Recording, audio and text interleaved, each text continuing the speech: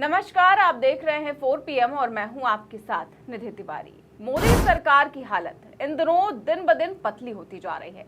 इनसे ना तो देश की अर्थव्यवस्था संभाली जा रही है, ना ही देश की नीतियां।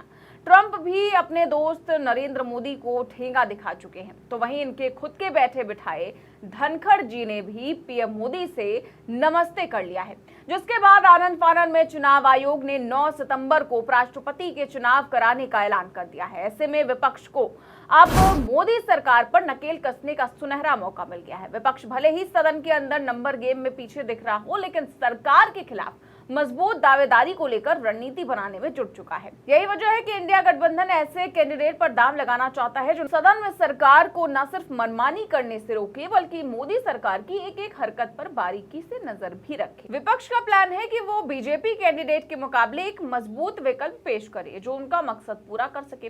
विपक्ष जानता है कि दोनों सदनों में संख्या बल के हिसाब से उनकी स्थिति कमजोर है। ऐसे में ये चुनाव जीतना काफी मुश्किल है। बावजूद इसके वो इस चुनाव को एक मौके के तौर पर देख रहे हैं, ताकि अपने समर्थकों को बता सके कि वो उनके साथ हैं।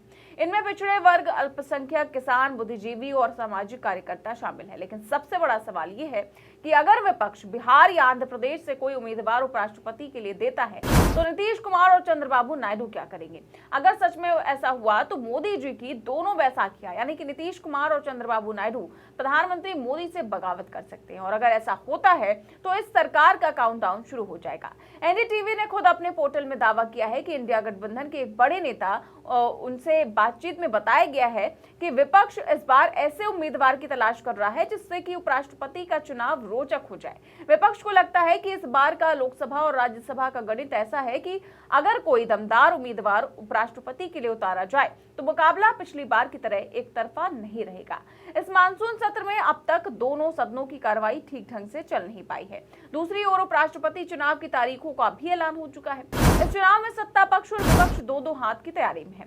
यही वजह है कि विपक्षी दलों के गठबंधन इंडिया ब्लॉक की अहम बैठक होने जा रही है। कांग्रेस सांसद और लोकसभा में नेता प्रतिपक्ष राहुल गांधी ने इंडिया गठबंधन के नेताओं को खाने पर बुलाया है।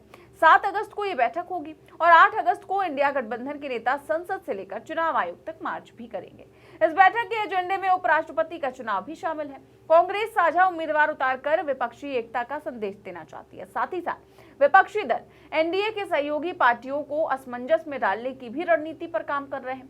टाइम्स ऑफ इंडिया की रिपोर्ट के मुताबिक उम्मीदवार चुनने पर चर्चा से पहले ये महसूस किया जा रहा है कि लोकसभा और राज्यसभा में विपक्ष की कमजोर संख्या के कारण जीतना एक कठिन काम है। इसीलिए विपक्ष उपराष्ट्रपति के चुनाव के जरिए पिछड़े और अल्पसंख्यकों, किसानों और हाशिए पर पड़े वर्गों के अपने वोटर्स को एक स्पष्ट संदेश देना चाहता है।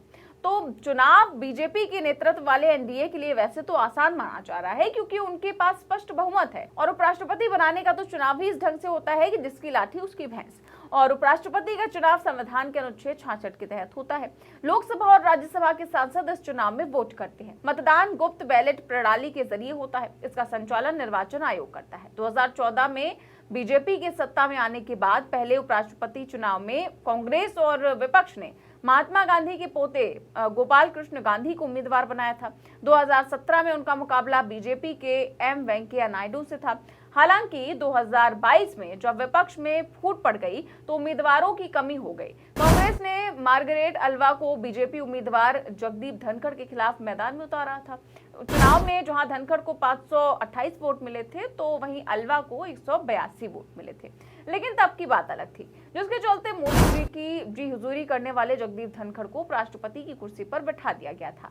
उन्होंने वैसा काम भी किया था, लेकिन जस्टिस शेखर यादव और यशवंत वर्मा को हटाने के नोटिस को स्वीकार करने से मोदी जी इतना चिढ़ गए कि अच्छे भले चल रहे धनखड़ जी का स्वास्थ्य तुरंत बिगाड़ दिया गया और उनको अपने पद से रिजाइन भी करना पड़ गया।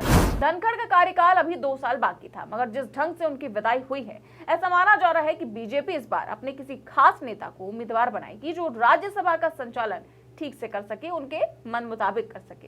लेकिन इस बार के उपराष्ट्रपति चुनावों में हालात अलग हैं। बीजेपी अपने दम पर चुनाव जीतने की स्थिति में नहीं है और उसे अपने सहयोगियों का समर्थन चाहिए। संसद के दोनों सदनों में एनडीए के पास 428 सांसद हैं और ये उपराष्ट्रपति चुनाव में जीत के लिए जरूरी 392 सदस्यों से 26 ज्यादा है। इसके अलावा मनोनीत और निर्दलीय सांसदों का समर्थन भी एनडीए को मिल सकता है, लेकिन अगर इसके विपरीत हुआ तो मोदी सरकार के लिए हालात बदल सकते हैं, क्योंकि विपक्ष पहले से ही कई गुना ज्यादा मजबूत है। एसआईआर के मुद्दे पर विपक्ष एकजुट है और इस एकजुटता का परिचय उपराष्ट्रपति के चुनाव में देना चाहता है। एसआईआर के नाम पर कांग्रेस के साथ तृणमूल कांग्रेस और डीएमके भी साथ हैं, क्योंकि उन्हें लगता है कि आने वाले दिनों में उनके राज्यों में भी एसआईआर करवाया जाएगा। ऐसे में कांग्रेस ने रणनीति के तहत बिहार या आंध्र प्रदेश के किसी भी नेता को उतारा तो चंद्रबाबू नायडू और नीतीश कुमार के भरोसे टिकी मोदी सरकार अगर जरा भी चूकी तो वो उसकी आखिरी चूक होगी। और मोदी सरकार इस वक्त डरी सहमी भी दिखाई दे रही है, वरना क्या जल्दी थी पीएम मोदी विदेश यात्रा से लौटते ही अमित शाह के साथ जाकर राष्ट्रपति द्रौपदी मुर्मू से मिलने पहुंच जाएं। इतना ही नहीं, पीएम मोदी ने चुनाव आयोग से कहकर जल्द से जल्द उपराष्ट्रपति का चुनाव भी रखवा दिया, क्योंकि मोदी जी को भी पता है कि अगर उन्होंने विपक्ष को ज्यादा टाइम दिया तो उनका खराब टाइम शुरू हो जाएगा। नहीं तो कौन सी सरकार दोनों सदनों में संख्या बल होने के बावजूद भी इतना घबराती है। पीएम मोदी हो सकता है कि संख्या बल के दम पर जीत जाए, लेकिन कांग्रेस उपराष्ट्रपति के चुनाव को एक शक्ति प्रदर्शन से कम रूप में नहीं देख रही है। अगर इस बार विपक्ष एक उम्मीदवार पर सहमति बना ले जाता है तो इस बार का उपराष्ट्रपति का चुनाव बहुत ही दिलचस्प होने वाला है। आपको क्या लगता है? हमें कमेंट बॉक्स में इसको लेकर अपनी राय जरूर दें। चैनल को सब्सक्राइब भी करें और ज्वाइन भी करें। साथ ही साथ देश और दुनिया की तमाम बड़ी खबरें जानने के लिए देखते रहिए 4PM न्यूज नेटवर्क। नमस्कार।